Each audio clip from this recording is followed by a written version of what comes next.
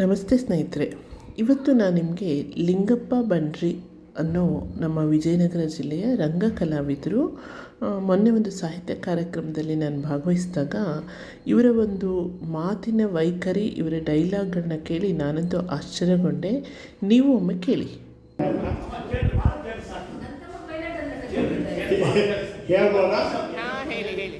ಹೇ ರತಿ ಸತಿ ನರಗತಿ ಮೋಹದ ಮತಿ ಹೇಳುವುದು ಹೇಳುಕೂಡದ ಸ್ಥಿತಿ ಸಂಸಾರ ತಾಪತ್ರಯಗಳೆಂಬ ಧಾರೀಕ್ಷಣ ಪುತ್ರೀಕ್ಷಣ ಧನೀಕ್ಷಣ ಇವುಗಳನ್ನು ಬಿಟ್ಟು ಜ್ಞಾನ ಯೋಗಿಯಾಗಿ ಈ ಪಂಪಾ ಸ್ಥಳಕ್ಕೆ ಬಂದು ಮಹಾಕ್ಷೇತ್ರವನ್ನು ನೋಡುವ ಪರ್ಯಾಂತರ ಮಾನವ ಜನ್ಮಕ್ಕೆ ಮುಕ್ತಿಯೇ ಇಲ್ಲವೆಂದು ಜಗತ್ತಕ್ಕೆ ಕೈ ಎತ್ತಿ ಸಾರುವಂತೆ ಮಹಾದ್ವಾರದ ಗೋಪುರದ ಕಲಶಗಳನ್ನು ನೋಡಿದ ಸತಿ ಎಲ್ಲಿ ನೋಡಿದರೂ ತೆಂಗಿನ ವನಾಂತರಗಳು, ರಸದಾರಿಯ ಪಸರುಗಳು, ಆಕಾಶವು ಕನ್ನಡಿಗಳು ಕಾಣುವುದು ಕಾಂತೆ.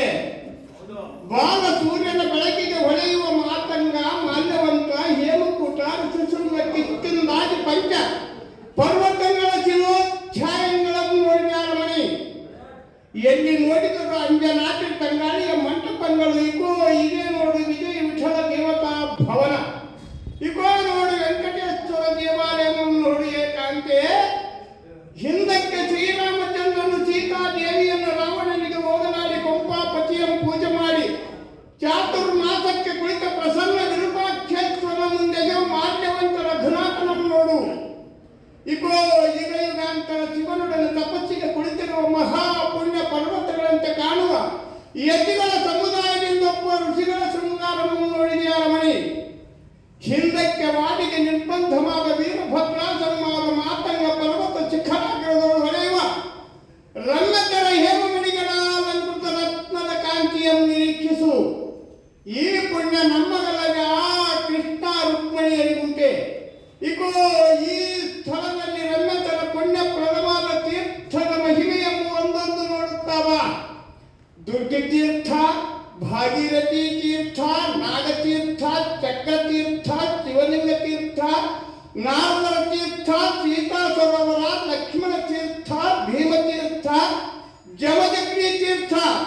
ಇಗೋ ಈ ತೀರ್ಥಗಳ ಮೇಲ್ಭಾಗದಲ್ಲಿ ಕೃಷ್ಣಾಪುರವೆಂಬ ದ್ವಾರಕಾವತಿಗೆ ಕೋಟಿಗಟ್ಟಮಾದ ದೇವಸ್ಥಾನವನ್ನು ನೋಡು ರಮಣಿ.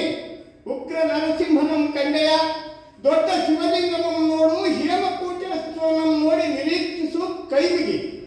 ಬಾ ಕಾಮಿನಿ, ಬಾಳ ತೀರ್ಥವನ್ನು ನೋಡಿದೆಯ. ಇಗೋ ಶಿವನ ಕುಮಾರ ಗಣನಾಥನನ್ನು ನೋಡು, ಉದ್ದಾನ ವೀರಭದ್ರನನ್ನು ನಿರೀಕ್ಷಿಸು. ಎತ್ತ ನೋಡಿದರೂ ಚಿತ್ತರದ ತಿಳಿಗೊಳ್ಳದ ಕಾಲುವೆಯ ತುಂಗ ಸುರಳಿತ ರಂಗ ತಳಸ್ಥಳಾಯಮಾನ ಉಕ್ತಮಾನವಂತೊಪ್ಪುವ ಜಲವಿಲೋಲ ತುಂತುರ ಹನಿಗಳಿಂದ ತುಂಗ ತರಂಗಿಣಿ ತೀರದೊಳೊಪ್ಪುವ ನೋಡು. ಅಕ್ಕೋ ನೋಡು ವಶಿಷ್ಠಾಶ್ರಮ, ಇಗೋ ನೋಡು ಕಶ್ಯಪಾಶ್ರಮ, ಅಕ್ಕೋ ನೋಡು ವಿದ್ಯಾರಣ್ಯರ ಸಿಂಹಾಸನ, ಇಗೋ ನೋಡು ಎಡಬಲದ ಬಲಪೂಜಾ ಮಂಟಪಗಳು. ಎಲ್ಲಿ ನೋಡಿದರೂ ಬಿಂದುವ ವೃಕ್ಷಾಧ್ಯಕ್ಷಿಣ ನಾನಾ ವೃಕ್ಷದ ಕಮಲ ಹಿಂದ ಸರೋವರಾದಿಗಳು. ಎತ್ತ ನೋಡಿದರೂ ಬಾಲ ಮುನಿ ಒಟಗಳ ಸಮುದಾಯ, ಎತ್ತ ನೋಡಿದರೂ ಕಚೇರಿ ಜನವಿಹಾರ, ಎಲ್ಲಿ ನೋಡಿದರೂ ಶಿವೋಂ ಹರವೋಂ ಎಂಬ ಘಂಟಾರವದ ಶಬ್ದವನ್ನೇ ಕಾಮಿನೇ. ಏನು ಪುಣ್ಯ ಸ್ಥಳವು ನೋಡಿದೆವು. ಇದೇ ಮಾತಂಗದ ಕೆಳಗಿನ ಬಜಾರ್ದ ಎದುರು ಬಾಗಿಲಿಗೆ ಬಂದೆವು. ವಜ್ರವೈಢೂರ್ಯ ಕಟ್ಟಿಸಿ ಬಂಗಾರ ಬಳೆಗಳಿಂದ ಕಟ್ಟಿಸಿದ ಪ್ರಕಾಶ ಗೋಪುರದ ವಿಸ್ತಾರ. ಧೈರ್ಯ ಪಂಪಾಪತಿ, ನಿನ್ನ ಸಮಾನ ಭಾಗ್ಯವಂತರಾಗಿರುವರು. ಈ ಬಂಗಾರದ ನಂದಿ ಧ್ವಜ ಸ್ತಂಭದಾಟೆ ಭಾಗಕ್ಕೆ ಜನಸಂದಣಿಯವರು ಸಾಲು ಮಾಣಿಕ್ಯದ ಕಾಂತಿಯಂತೆ ಸಾಲು ದಿವಿಗೆಗಳು ಹೊಳೆಯುವವು. ಮೇರು ಪರ್ವತ ಮಂದಾರ ಪರ್ವತಗಳಂತೆ ಕಾಣುವ ಮಹಾರಥೋತ್ಸವಗಳನ್ನು ನೋಡಿದ ಕಾಮಿನಿ. ಇಲ್ಲೇ ನೋಡು ಕಾಂತೆ ಘಾತವಾಗುತ್ತಿದ್ದೀವಿ. ರಥಾತಳಕ್ಕೆ ಪಾತವತ್ತಿ ಕೊನೆಗೊಂಬಿನಿಂದ ಅಂಬರನ್ನು ತುಂಬಿ ಚಿಮ್ಮಿ ಹೂಮಿಯನ್ನು ನಿಲ್ಲಿಸಿ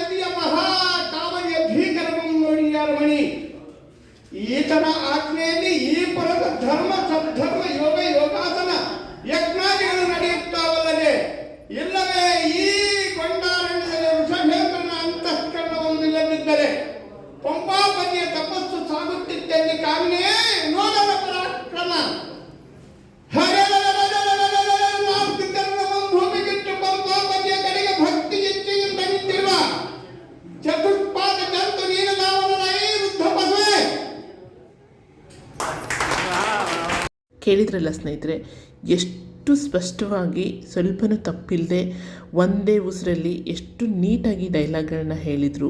ಸೊ ಇಂತಹ ಕಲಾವಿದರಿಂದ, ಇಂತಹ ಒಂದು ಕನ್ನಡದ ಅಭಿಮಾನಿಗಳಿಂದ ಇನ್ನೂ ನಮ್ಮ ಕನ್ನಡ ಚಂದವಾಗಿ ಕೇಳಿಸ್ಕೊಳ್ಳೋಂಥ ಅವಕಾಶ ನಮಗೆಲ್ಲ ಸಿಕ್ಕಿದೆ ಅಂತ ಹೇಳ್ತೀನಿ. ಈ ಒಬ್ಬ ಕಲಾವಿದರಿಗೆ ನನ್ನ ಹೃತ್ಪೂರ್ವಕ ಧನ್ಯವಾದಗಳನ್ನ ಹೇಳ್ತಾ ಮತ್ತೊಂದು ವಿಡಿಯೋದೊಂದಿಗೆ ಸಿಗ್ತೀನಿ. ಧನ್ಯವಾದಗಳು ಸ್ನೇಹಿತರೆ.